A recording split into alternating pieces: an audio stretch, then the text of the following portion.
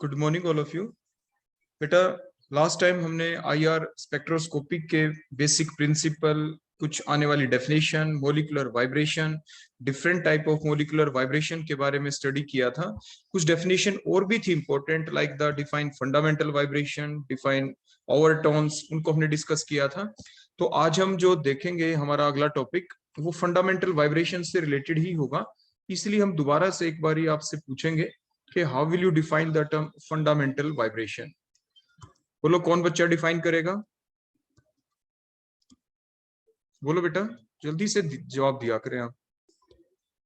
How will you define the term fundamental vibration? बताओ, definition क्या थी इसकी? The vibration which corresponds to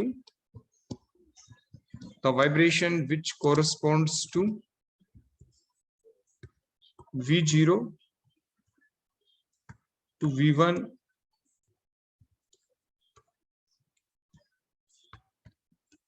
vibrational energy level on absorbing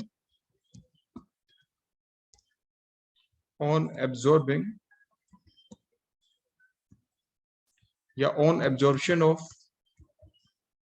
IR radiations। तो इसे आप फंडामेंटल वाइब्रेशन कहेंगे।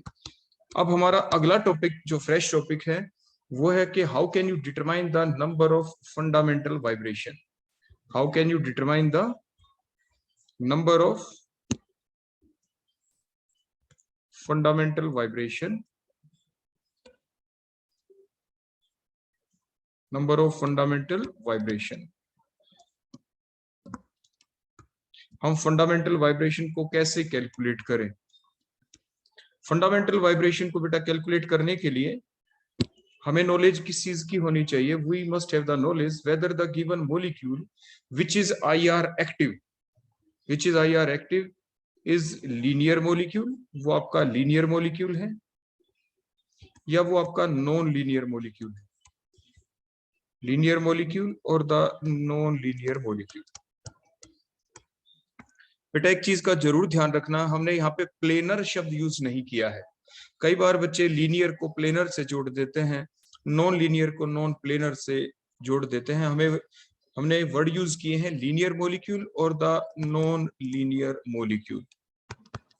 दो ही टाइप के मॉलिक्यूल हम लेंगे, या तो लीनियर या non linear.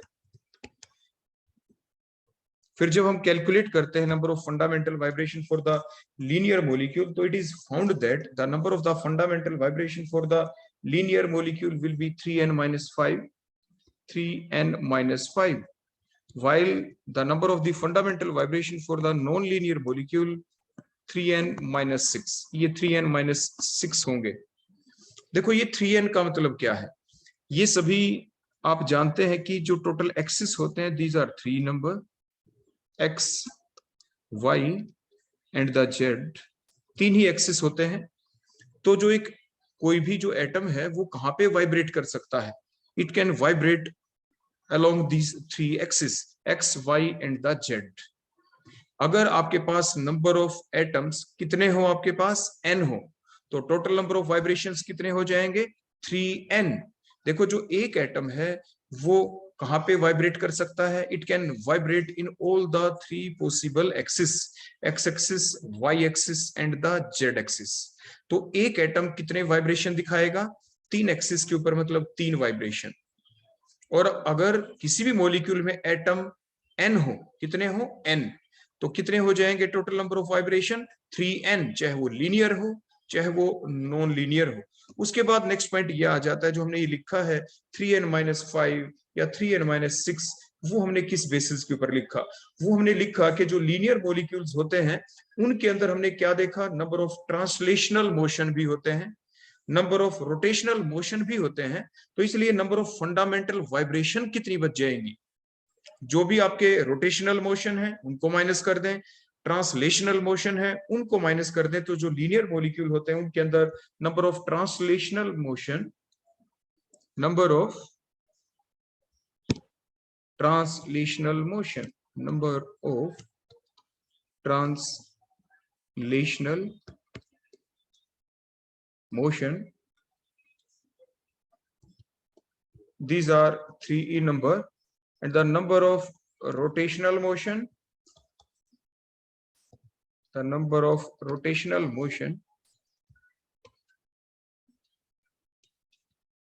these are 2 in number.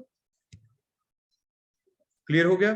तो जो total number of degree of freedom हमने निकाली कि जितने एक्सिस के ऊपर वाइब्रेट कर रहे थे n एटम जो किसी भी मॉलिक्यूल के अंदर प्रेजेंट है, उनमें से ये ट्रांसलेशनल और रोटेशनल मोशन को माइनस कर दें तो आपके पास क्या बच जाएंगे? Number of fundamental vibration. तो इसलिए बेटा जो नंबर ऑफ फंडामेंटल वाइब्रेशन हुए लीनियर मॉलिक्यूल में, the number of fundamental vibration वो कितने हो जाएंगे? 3n में से कितना माइनस करो? ये 3 ट्रांसलेशनल मोशन और 2 माइनस क्या करने हैं? Rotational motion. तो जो बच गए वो हो गए आपके fundamental vibration.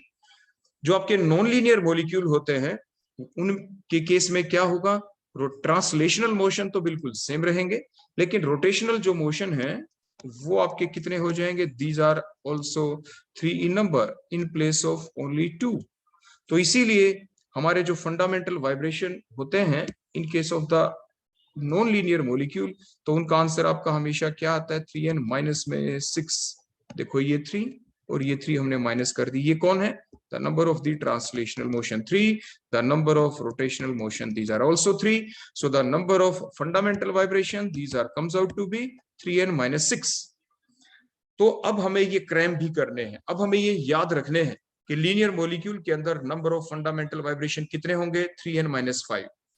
Non linear molecule के अंदर नंबर ऑफ फंडामेंटल वाइब्रेशन कितने होंगे? These are 3n minus 6। अब मैं आपके सामने बेटा एग्जांपल लिखूंगा। जिस भी बच्चे से मैं कहूं कि तो कोई भी एक बच्चा बेटा जवाब देते रहना साथ के साथ, आपको रुकना नहीं है बीच में, ठीक है? तो इसलिए सबसे पहले हमने लिया फर्स्ट एग्जांपल इज, देखो एग्जाम में बेटा कई बार ऐसे कह देते हैं लाफिंग गैस। आप ये बताओ बेटा कौन सी, किसको लाफिंग गैस कहते हैं? लाफिंग गैस का फार्मूला क्या होता है? बताना बेटा, कौन स्टूडेंट बताएगा? Laughing gas N2O। हाँ बिल्कुल ठीक, N2O। इसका दूसरा, इसका एक नाम और बताएं बेटा N2O का। नाइट्रस ऑक्साइड या नाइट्रिक ऑक्साइड? नाइट्रस।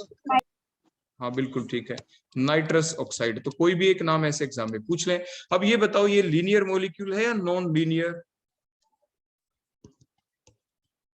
बताओ बेटा जल्दी बताओ। हाँ it is a linear molecule, ये एक लीनियर मॉलिक्यूल है, it is a linear molecule. देखो आपने स्ट्रक्चर जल्दी से बना ली होगी। देखो कुछ ऐसे कि 2 नाइट्रोजन है, एक नाइट्रोजन आपने लिया, नाइट्रोजन के पास देखो 3 अनपेड इलेक्ट्रॉन होते हैं। ऐसे दूसरी नाइट्रोजन आपने ली, इसके पास भी 3 अनपेड इलेक्ट्रॉन होते हैं, एक लोन पेयर होता है इनके पास। तो 2 नाइट्रोजन के बीच में देखो बेटा ऐसे ट्रिपल बॉन्ड बन गया। अब नाइट्रोजन के पास जो लोन पेयर है एक ऑक्सीजन आ गई। ऑक्सीजन के पास क्या हुआ? ऑक्सीजन के पास तो 2 ही लोन पेयर होते हैं बेटा। देखो ऐसे, तो बताओ क्या किया होगा जरूर यहाँ पे, जिसके बेसिस के ऊपर आपने इसको लीनियर मॉलिक्यूल कहा। देखो कुछ ऐसा आपने सोचा है। देखो जैसे मैं आपको बता रहा हूँ, कॉन्फ़िगरेशन आपने लिखी होगी, 2s में 2 इलेक्ट्रॉन दिखाए, 2p के अंदर आपने इस टाइप से देखो 4 इलेक्ट्रॉन दिखाए, 1 2 3 एंड 4। फिर आपके दिमाग में आया कि नाइट्रोजन के पास लोन पेयर है, अब ये ऑक्सीजन के साथ कोऑर्डिनेट बॉन्ड कैसे बनाए? फिर आपने क्या किया कि जो ऑक्सीजन है इसकी जो ये कॉन्फ़िगरेशन आपने लिखी थी ओपन फॉर्म में, आपने इसके 2 अनपेड इलेक्ट्रॉन्स को, देखो ये जो लास्ट वाले 2 अनपेड इलेक्ट्रॉन, देखो ये वाले अनपेड इलेक्ट्रॉन, इनको आपने पेयर्ड अप कर दिया। देखो कुछ इस टाइप से, ये 2 इलेक्ट्रॉन तो पहले से इकट्ठे थे, ये भी आपने पेयर्ड अप कर दिए। अब इस टाइप से ये बन गया एक वैकेंट ऑर्बिटल ऑक्सीजन के ऊपर, वैकेंट ऑर्बिटल। तो इस टाइप से whenever there is a requirement, oxygen के जो वैलेंस शेल के इलेक्ट्रॉन होते हैं, जो अनपेड इलेक्ट्रॉन होते हैं, 2 वो आपस में पेयर्ड अप हो जाते हैं, क्योंकि यहाँ पे जरूरत है बेटा। अब देखो ये जो 3 पेयर बन गए, देखो ऑक्सीजन के पास बोलो क्या बन गए? These are the 3 lone pair और एक वैकेंट ऑर्बिटल। देखो ये हमने शो किया, 1 lone pair, second lone pair, third lone pair oxygen के ऊपर, और एक ये वैकेंट ऑर्बिटल दिखा दिया। अब नाइट्रोजन अपने लोन पेयर से ये कोऑर्डिनेट बॉन्ड बना गया देखो ऑक्सीजन के साथ, और इस तरह से ये लीनियर स्ट्रक्चर आपके N2O की बन जाती है। आ गया बेटा सभी को समझ में कि N2O की लीनियर स्ट्रक्चर कैसे बनी थी?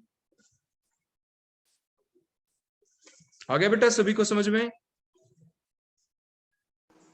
यस ठीक है बेटा। अब ये बताओ फार्मूला क्या है, हमें तो नंबर ऑफ फंडामेंटल वाइब्रेशन निकालने हैं। बताओ now what is the formula for fundamental vibration for the linear molecule? Cn minus 5 हाँ 3, हाँ बिल्कुल ठीक है 3n-5। तो n की वैल्यू क्या होगी बोलो यहाँ पे?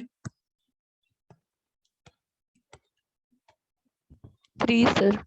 हाँ n की वैल्यू 3, क्योंकि 2 नाइट्रोजन एटम है, 1 ऑक्सीजन एटम है। सो 3 माइनस में 3 मल्टीप्लाइड बाय 3 माइनस में 5, तो 3 3 9 माइनस 5 इज इक्वल टू बोलो कितना हो जाएगा 4। So the total number of fundamental vibration will be 4 in case of the laughing gas, in case of the nitrous oxide. ठीक हो गया बेटा।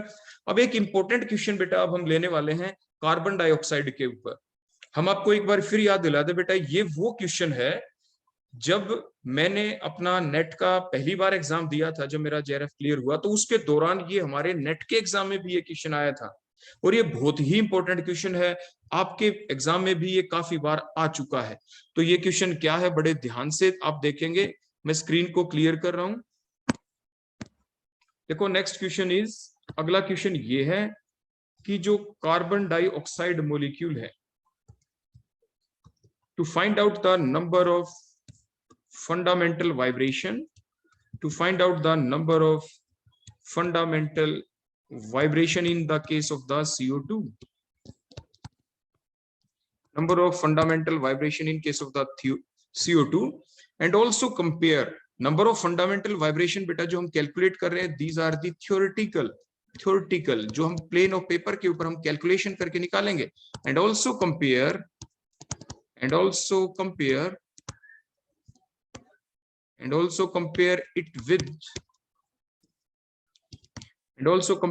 with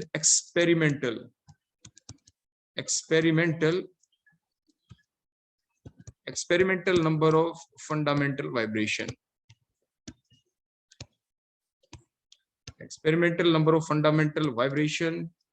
in CO2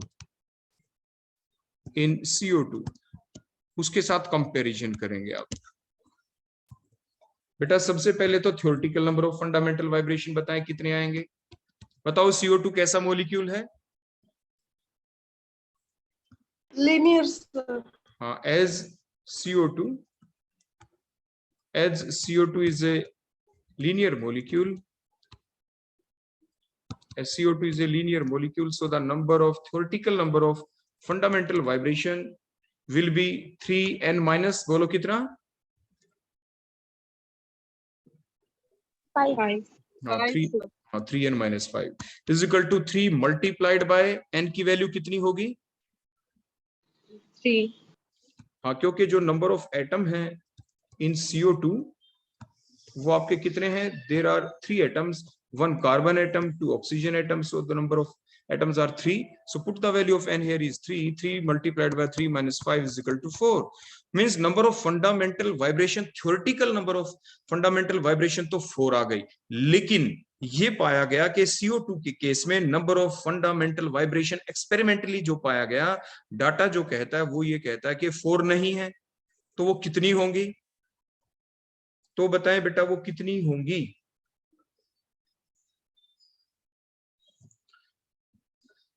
तो ये पाया गया कि जो एक्सपेरिमेंटल फंडामेंटल वाइब्रेशन है in case of the CO2, it is found to be only 2, it is found to be only 2, वो सिर्फ 2 ही मिली। ऐसा कैसे, उसको कैसे करें हम एक्सप्लेन? यही अब हमारा देखो बेटा फर्दर क्वेश्चन का आंसर हमें देना है। उसके लिए देखो आप क्या करोगे बेटा, सबसे पहले आपको एक काम करना है, आपको डायग्राम बनाना है CO2 का। बताओ CO2 का डायग्राम आप कैसे बनाते हैं? क्योंकि आपने बताया ये लीनियर मॉलिक्यूल है, तो सेंट्रल एटम बोलो कौन होगा? कार्बन। नेबरिंग एटम बोलो कौन है? नेबरिंग एटम कौन है? ऑक्सीजन। ऑक्सीजन है। कार्बन कितने बॉन्ड बनाएगा? कितने वैलेंस शेल इलेक्ट्रॉन होते हैं कार्बन के पास? 4 सर। हाँ 4 वैलेंस इलेक्ट्रॉन, ठीक। ऑक्सीजन के पास कितने वैलेंस इलेक्ट्रॉन होंगे? अभी कॉन्केशन भी बनाई थी हमने, हाँ सिर्फ 2 ही होंगे। देखो 1 और 1 2 डॉट, ऐसे दूसरी ऑक्सीजन के पास भी 2 डॉट, और इस टाइप से हम ये बॉन्ड बना देंगे। देखो ये हमने बॉन्ड बना दिए, C और O के बीच में डबल बॉन्ड, CO के बीच में डबल बॉन्ड, ये एक CO2 मॉलिक्यूल हमने ड्रा कर दिया। फिर हमने लास्ट लेक्चर में आपको सिखाए थे ना, total number of fundamental vibration means the number, how will you define the term molecular vibration. Molecular vibration कितनी टाइप की हो सकती है बताओ? कोई आपकी होती थी स्ट्रेचिंग, कोई होती थी बेंडिंग, पढ़ा था ना बेटा इस टाइप से। अब स्ट्रेचिंग कौन कौन सी 2 टाइप की थी वो बताएं आप हमें, बताओ बेटा। अब फिर आगे मैं डायग्राम बना दूंगा, देखो यहाँ पे सिमेट्रिकल एंड सिमेट्रिकल। हाँ बिल्कुल ठीक है बेटा। अब देखो मैं कार्बन डाइऑक्साइड के ना 4 डायग्राम बनाने जा रहा हूँ आपके आगे। 4 क्यों बताओ? 4 क्यों बना रहा हूँ? 3 क्यों नहीं बना रहा? जल्दी बताओ। क्योंकि आप ये कहेंगे कि सर अभी तो आपने थ्योरेटिकल नंबर ऑफ जो फंडामेंटल वाइब्रेशन निकाली हैं वो आपने जो फार्मूला था 3n-5 उसके बेसिस के ऊपर आपने 4 लिखा था। 3n-5 तो 3 मल्टीप्लाइड बाय 3 - 5 = 4 आंसर आया था, इसलिए मैंने 4 डायग्राम CO2 के बना दिए। अब जो 4 डायग्राम बनाए इसमें जो वाइब्रेशन हमें एक्सप्लेन करनी है वो किस टाइप से हम एक्सप्लेन करें। देखो सबसे पहले आपने अभी एक नाम बताया सिमेट्रिकल स्ट्रेचिंग। देखो सिमेट्रिकल का मतलब होता है कि, बोलो क्या डेफिनेशन थी बेटा सिमेट्रिकल स्ट्रेचिंग की? कौन बच्चा बताएगा? जल्दी बताओ, सिमेट्रिकल की डेफिनेशन बताओ सिमेट्रिकल स्ट्रेचिंग की। कि the stretching vibration in which both the atom moves in और the moves out with respect to the central atom. यहाँ पे सेंट्रल एटम कार्बन है, तो कार्बन के रिस्पेक्ट में दोनों एटम या तो बाहर चले जाएं। देखो कैसे बाहर, देखो मैं जाते दिखाता हूँ। ये एटम बाहर, ये बॉन्ड बाहर की तरफ गया, दूसरा CO भी बाहर की तरफ गया। देखो दोनों इक्वली बाहर की तरफ गए, टू द सेम एक्सटेंट तक गए। अगर ऑपोजिट डायरेक्शन में हम दिखा दें तो डाइपोल मोमेंट की जो डायरेक्शन होती है, बॉन्ड मोमेंट की भी बेटा जो डायरेक्शन होगी ना, देखो slide positive slide negative, slide positive slide negative, और ये बॉन्ड मूवमेंट की डायरेक्शन ही दिखाई है। जो स्ट्रेचिंग दिखा रहे हैं ना बेटा, बॉन्ड मूवमेंट की डायरेक्शन में चल रही है, तो जिसकी वजह से टू द सेम एक्सटेंट गई। देखो ये इधर ये plus sign, plus positive to minus, तो इसलिए इसमें net value of dipole moment बेटा क्या हो जाएगी बताओ? बताओ क्या हो जाएगी net value of dipole moment in case of symmetrical stretching? बताओ बेटा net value of dipole moment कितनी आ गई? जल्दी बताओ। 0 सर। हाँ 0 आ गई। तो if the symmetrical stretching takes place in case of the CO2 then the net value of dipole moment will be 0, जैसे अभी आपको दिख रहा है यहाँ पे। लेकिन अगर हम asymmetrical stretching करें, unsymmetrical stretching करें, मींस unsymmetrical कैसी होती है बेटा स्ट्रेचिंग? देखो ये बॉन्ड देखो बाहर की तरफ इधर, देखो इधर दूसरा बॉन्ड है ना, उसकी स्ट्रेचिंग भी देखो ये भी इधर, दूसरे बॉन्ड की स्ट्रेचिंग भी इधर। क्योंकि डेफिनेशन बेटा क्या थी आपकी एसिमेट्रिकल स्ट्रेचिंग की? बताओ डेफिनेशन। कि the stretching vibration in which, बोलो, in which one atom moves in other moves out with respect to the central atom. देखो फिर मैं आपको यहाँ पे एक्सप्लेन करता हूँ, ये एरो देखो मैं दोबारा से लगाता हूँ, यहाँ पे ध्यान से देखना कि one of the atom moves इन। देखो सेंट्रल एटम कौन है इसमें? यहाँ पे जो एक कार्बन दिख रहा है ना बेटा आपको, कार्बन, दिस इज द देखो सेंट्रल एटम, ये सेंट्रल एटम है यहाँ पे, this is the central atom. तो जो नेबरिंग एटम है ना, एक नेबरिंग एटम जैसे ऑक्सीजन, वो तो सेंट्रल एटम की तरफ आ रहा है, आगे ना बेटा अंदर की तरफ इधर, और दूसरा जो सेंट्रल एटम है ना oxygen, it is moves away from the central atom. देखो ये उससे दूर जा रहा है, तभी तो हम इसको कहते हैं एसिमेट्रिकल स्ट्रेचिंग। आगे बेटा बात समझ में डायग्राम से, एक नेबरिंग एटम सेंट्रल एटम की तरफ आ रहा था, दूसरा नेबरिंग एटम, दूसरा ऑक्सीजन जो राइट साइड में, वो नेबरिंग एटम से दूर जा रहा था, तो इसलिए इसको कहा एसिमेट्रिकल स्ट्रेचिंग। और अगर एसिमेट्रिकल स्ट्रेचिंग होगी तो जो बॉन्ड लेंथ है देखो वो कुछ कैसे हो जाएगी, ये बॉन्ड देखो बेटा छोटा हो गया और ये बॉन्ड बेटा देखो ऐसे बड़ा हो गया, बॉन्ड लेंथ सेम रही नहीं, इसीलिए इसके अंदर net value of dipole moment 0 नहीं होगी। Net value of dipole moment बेटा इसमें क्या नहीं हो पाएगी? 0, because the bond length are not same. Bond length अब सेम नहीं रहे, मॉलिक्यूल तो लीनियर है लेकिन बॉन्ड लेंथ सेम नहीं रही। बॉन्ड लेंथ सेम नहीं रही तो जो बॉन्ड मूवमेंट है एक सीओ बॉन्ड का दूसरे बॉन्ड के सीओ बॉन्ड के बॉन्ड मूवमेंट को कैंसिल नहीं कर पाएगा।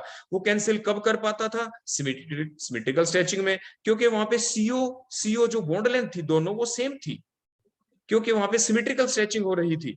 आपके दिमाग में बेटा ये क्वेश्चन जरूर आएगा ऐसे कि सर देखो CO2 तो CO2 होता है, उसमें आपने बताया था कि सर डाइपोल मोमेंट 0 है तो सर 0 ही होनी चाहिए चाहे उसमें कुछ भी हो रहा हो, लेकिन ऐसा नहीं। वो 0 सिर्फ तभी होती है अगर CO बॉन्ड, दोनों CO बॉन्ड राइट और लेफ्ट दोनों की बॉन्ड लेंथ सेम हो। बॉन्ड लेंथ सेम कब रहेगी? जब कौन सी स्ट्रेचिंग चले? Symmetrical stretching. एसिमेट्रिकल स्ट्रेचिंग चलते ही देखो मैंने नीचे डायग्राम आपके बनाया साथ के साथ कि एसिमेट्रिकल स्ट्रेचिंग जब हो जाती है, अनसिमेट्रिकल स्ट्रेचिंग तब हो जाती है तो जो सीओ बॉन्ड है उसकी बॉन्ड लेंथ देखो सेम नहीं रही, एक बॉन्ड छोटा एक बॉन्ड बड़ा, तो इसलिए आपके यहाँ पे net value of dipole moment 0 नहीं होगी। इसलिए ये एसिमेट्रिकल स्ट्रेचिंग की वजह से CO2 मॉलिक्यूल IR एक्टिव हो जाएगा। अब हम चलते हैं नेक्स्ट। एक तो ये हो गई जिसमें net value of dipole moment बेटा 0 नहीं थी। एक हो गया ना एक बैंड, हमने क्या प्रूव करना है? एक्सपेरिमेंटली क्या प्रूव करना है कि नंबर ऑफ फंडामेंटल वाइब्रेशन सिर्फ 2 ही होंगे। पहले वाला था देखो हमने कैंसिल कर दिया क्योंकि उसमें net value of dipole moment 0 थी, सिमेट्रिकल स्ट्रेचिंग थी, इसलिए वहां पे उसकी वजह से नो बैंड, यहाँ पे कोई भी बैंड नहीं आएगा सिमेट्रिकल स्ट्रेचिंग की वजह से। एसिमेट्रिकल स्ट्रेचिंग की वजह से एक बैंड आ चुका। अब हम नेक्स्ट चलते हैं बेंडिंग वाइब्रेशन। अब जब हम बेंडिंग देखें बेटा, बेंडिंग तो देखो बेंडिंग कैसे हो सकती है, ध्यान से देखना। देखो एक जो बॉन्ड है कार्बन वाला बॉन्ड, बैंड का मतलब मोड़ना है, देखो ये कार्बन तो नीचे आ गया, ऑक्सीजन दोनों देखो ऊपर चले गए, देखो ऐसे, यानी हमने इसको क्या किया? बैंड किया है। बैंडिंग के दौरान आपने सीखा था ना बॉन्ड लेंथ सेम रहती है, सीओ बॉन्ड दोनों सेम रह गए, लेकिन फिर एक दूसरे को कैंसिल क्यों नहीं कर पाएंगे? आप कहेंगे सर अभी आपने बताया था देखो बॉन्ड लेंथ अगर सेम हो ना तो डाइपोल मोमेंट 0 हो जाना चाहिए, लेकिन वो सिर्फ तभी अगर मॉलिक्यूल लीनियर रहे। बेंडिंग की वजह से देखो स्ट्रक्चर कुछ ऐसी बन गई बेटा, ध्यान से देखो, ये बॉन्ड ऊपर की तरफ चला गया, देखो ये बॉन्ड भी देखो ऊपर की तरफ देखो ऐसे चला गया, होगी ना बेंडिंग, कार्बन नीचे खिसक गया, ऑक्सीजन ऊपर चले गए, तो क्या अब ये CO2 लीनियर रहा? क्या इस बेंडिंग वाइब्रेशन की वजह से CO2 लीनियर रहा? नहीं रहा। नहीं रहा तो जो बॉन्ड मूवमेंट है वो एक दूसरे को कैंसिल नहीं कर पाएगी, इसके अंदर भी net value of dipole moment 0 नहीं होगी। क्लियर हो गया इतना? अब इसके दूसरा तरीका क्या हो सकता है बेंडिंग का? अब की बार कार्बन नीचे गया था, हो सकता है कार्बन ऊपर की तरफ चला जाए और ऑक्सीजन देखो नीचे की तरफ आ जाए। मींस ये जो दो बेंडिंग वाइब्रेशन है इसमें देखो कार्बन ऊपर की तरफ हमने जाते हुए दिखा दिया, कार्बन ऊपर की तरफ जाते हुए दिखाएंगे, देखो ये डायग्राम दोबारा बनाते हैं हम। यहाँ पे कार्बन देखो ऊपर की तरफ, ऑक्सीजन देखो नीचे की तरफ, देखो ऐसे। अब भी मॉलिक्यूल लीनियर नहीं होगा, बेंडिंग की वजह से लीनियरिटी लॉस्ट हो जाती है, इसलिए जो बॉन्ड मूवमेंट है एक सीओ बॉन्ड का दूसरे बॉन्ड मूवमेंट को कैंसिल नहीं कर पाता, इसलिए इसमें डाइपोल मोमेंट 0 नहीं होती। और ये दोनों एक दूसरे के इक्विवेलेंट है, both bending vibration are equivalent, both are equivalent, both give the band at the same value. दोनों के अंदर जो बैंड आएगा, दोनों बेंडिंग वाइब्रेशन की वजह से बैंड आएगा, वो सेम वैल्यू के ऊपर आएगा IR स्पेक्ट्रा के अंदर, बोथ आर इक्विवेलेंट। तो ये दोनों इक्विवेलेंट हो गए, तो इन दोनों की वजह से एक बैंड आया, एक ही पोजीशन पे बैंड आया, वन बैंड यहां से आ गया, वन बैंड एसिमेट्रिकल स्ट्रेचिंग की वजह से आ गया, और ये सिमेट्रिकल स्ट्रेचिंग की वजह से कोई बैंड था ही नहीं। तो बोलो टोटल बैंड कितने आ गए? बताओ टोटल बैंड कितने आ गए? बताओ बेटा जल्दी बोलो। 2 सर। हाँ 2 ही बैंड आए। बोलो एक किसकी वजह से आया है? एग्जाम में मान लो यही पूछ ले, वन किसकी वजह से आया बैंड? अनसिमेट्रिकल। हाँ अनसिमेट्रिकल स्ट्रेचिंग की वजह से, वो IR एक्टिव था। और एक बैंड किसकी वजह से आया? 2 बेंडिंग वाइब्रेशन की वजह से। और वो दोनों बेंडिंग वाइब्रेशन की वजह से एक ही बैंड क्यों आया? क्योंकि दोनों बेंडिंग वाइब्रेशन कैसी थी? Equivalent, both gives band at the same value, हमें एक ही बैंड दिखाई दिया, इसलिए टोटल बैंड आते हैं 2। तो इस टाइप से अगर ये एग्जाम में क्वेश्चन आ जाए तो इस तरह से आपको इसका जवाब देना है। आगे बेटा बात समझ में? Yes sir. हाँ तो ऐसे ही प्रेजेंटेशन आपको एग्जाम में बनानी पड़ेगी। इसके बाद अगला पॉइंट हम लेंगे intensity of the vibrational band के बारे में। इसको क्लियर कर दे बेटा आप,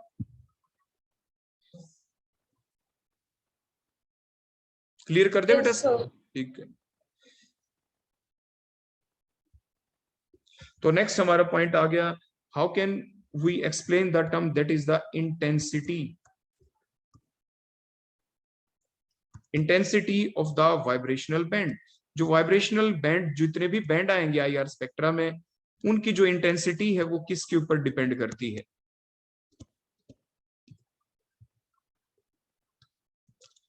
आप एक चीज बताएं, आपने सिलेक्शन रूल पढ़ा था ना, सिलेक्शन रूल में आपने क्या देखा था, कौन होगा आईआर एक्टिव, मॉलिक्यूल के अंदर क्या होना जरूरी है, बताओ क्या होना जरूरी है मॉलिक्यूल के अंदर, अभी भी Net देखा था। dipole. हाँ, net value of dipole moment होनी चाहिए। अगर डाइपोल मोमेंट नहीं है, नो बैंड, कोई बैंड ही नहीं आएगा। अगर डाइपोल मोमेंट की वैल्यू कम है, very low value of dipole moment, band तो आएगा लेकिन लो इंटेंसिटी का आएगा।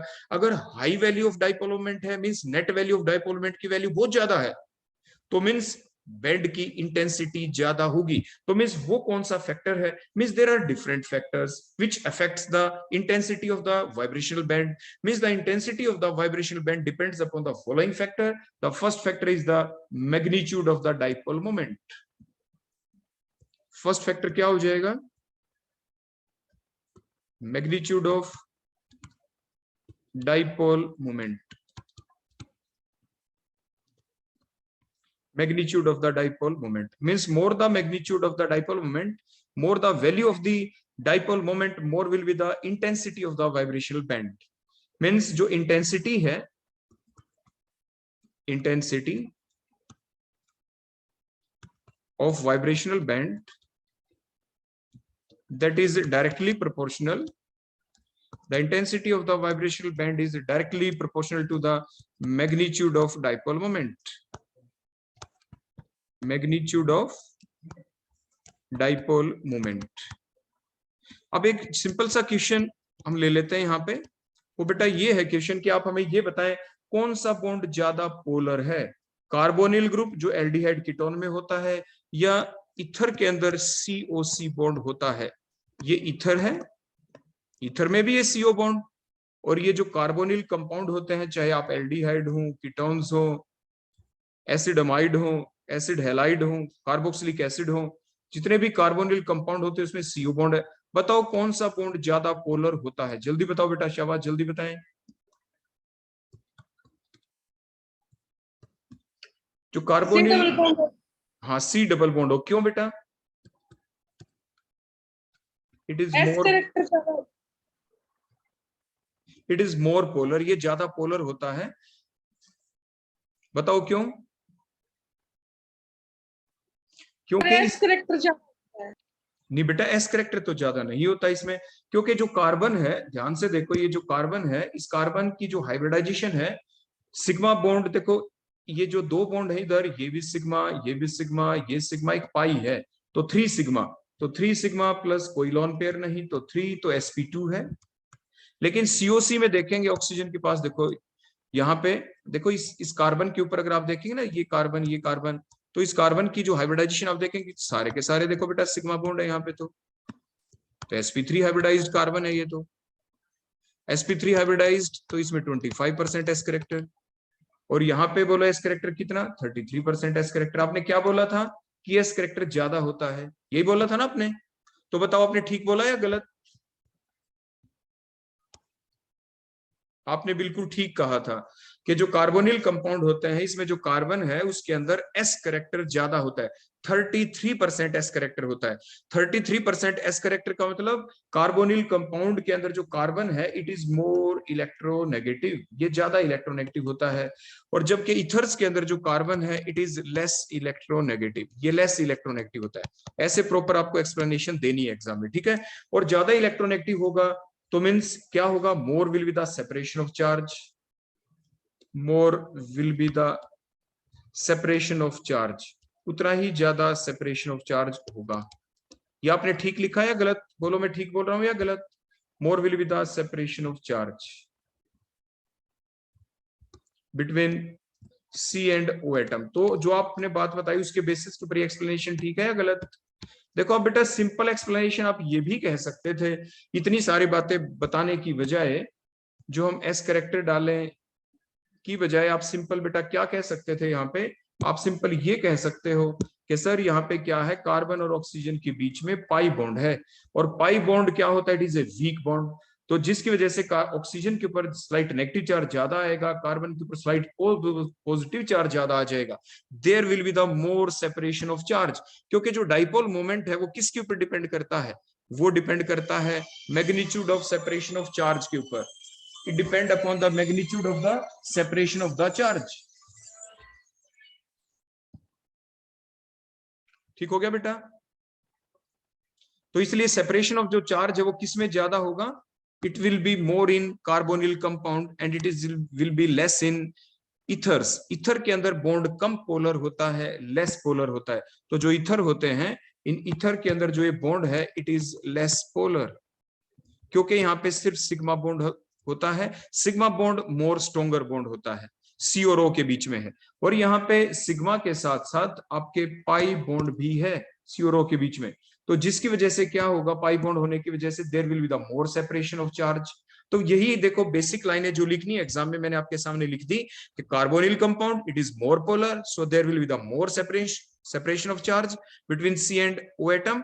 इथर में आप लिख देंगे, क्या लिख दोगे, it is less polar, so there will be the more की जगह आप क्या लिख देंगे, there will be the less separation of charge. तो इसीलिए क्या होगा, इसके अंदर जो डाइपोल मोमेंट की वैल्यू होगी वो ज्यादा होगी कार्बोनिल कंपाउंड में, मोर म्यू वैल्यू होगी, more mu value, more the value of dipole moment more will be the intensity of the bond, और इथर के अंदर लेस वैल्यू होगी डाइपोल मोमेंट की, लेस वैल्यू, इसीलिए आप इसका ये जवाब दे सकते हैं। क्लियर हो गया बेटा? दूसरा पॉइंट आ जाता है जो इसके इंटेंसिटी को अफेक्ट करेगा, that is the concentration factor, concentration of the sample, concentration of the sample. देखो बेटा आप ये जानते हो ना कि मान लीजिए हमारे पास किसी भी बैंड की इंटेंसिटी हम चाहते हैं, आपने वाटर लिया सैंपल, आपने मान लीजिए वाटर लिया है, ठीक है, आपने किसी भी सब्सटेंस को उसके अंदर डिसोल्व कर दिया बहुत लेस अमाउंट के अंदर, रेड कलर है कोई, तो बिल्कुल हल्का होगा, दिखाई नहीं देगा, जैसे ही आप उस सब्सटेंस को ज्यादा डालेंगे डार्क रेड कलर आ जाएगा। मींस ऐसे ही यहाँ पे कंसंट्रेशन को हम बता रहे हैं, आईआर स्पेक्ट्रा का जो बैंड आएगा उस बैंड की जो इंटेंसिटी है वो किसके ऊपर डिपेंड करती है, ऑन द कंसंट्रेशन। आप जितना ज्यादा सैंपल लेंगे, आपने बहुत ही कम सैंपल लिया, आपने जो सैंपल बनाया, जो सॉल्यूशन बनाया वो आपके डाइल्यूट सॉल्यूशन बना दिया, लेस कंसंट्रेशन का बनाया, तो जो इंटेंसिटी ऑफ द बैंड है वो बहुत ही कम होगी। तो ये तो एक सिंपल सी बात है, जो सेकंड फैक्टर है मेन पहला ही फैक्टर होता है, तो इसलिए सिर्फ दो फैक्टर थे on which the intensity of the vibrational band depends. First important factor that is the magnitude of the dipole moment, and second factor that is the concentration of the sample. आप देखना जब कभी भी आपको spectra दिया जाता है तो स्पेक्ट्रा के अंदर जो सबसे लंबा बैंड, हाई इंटेंसिटी का बैंड पूरे स्पेक्ट्रा में जो दिखाई देगा वो किसी और का नहीं, वो आपके कार्बोनिल कंपाउंड्स का ही होगा। Sharp band, high intensity band, वो आपके एल्डिहाइड, कीटोन्स, जो भी जितने भी जिनके अंदर कार्बोनिल ग्रुप दिखाई दे उन्हीं के अंदर दिखाई देगा। तो ये था बेटा हमारा आज का टॉपिक जो हमने पढ़ा, किसके बारे में था, फंडामेंटल वाइब्रेशन से रिलेटेड, के फंडामेंटल वाइब्रेशन को थ्योरेटिकली एक्सपेरिमेंटली हमने एक्सप्लेन किया CO2 वाला क्वेश्चन लेके, plus intensity of the vibrational band. So okay बेटा, thank you all about today's lecture, thank you.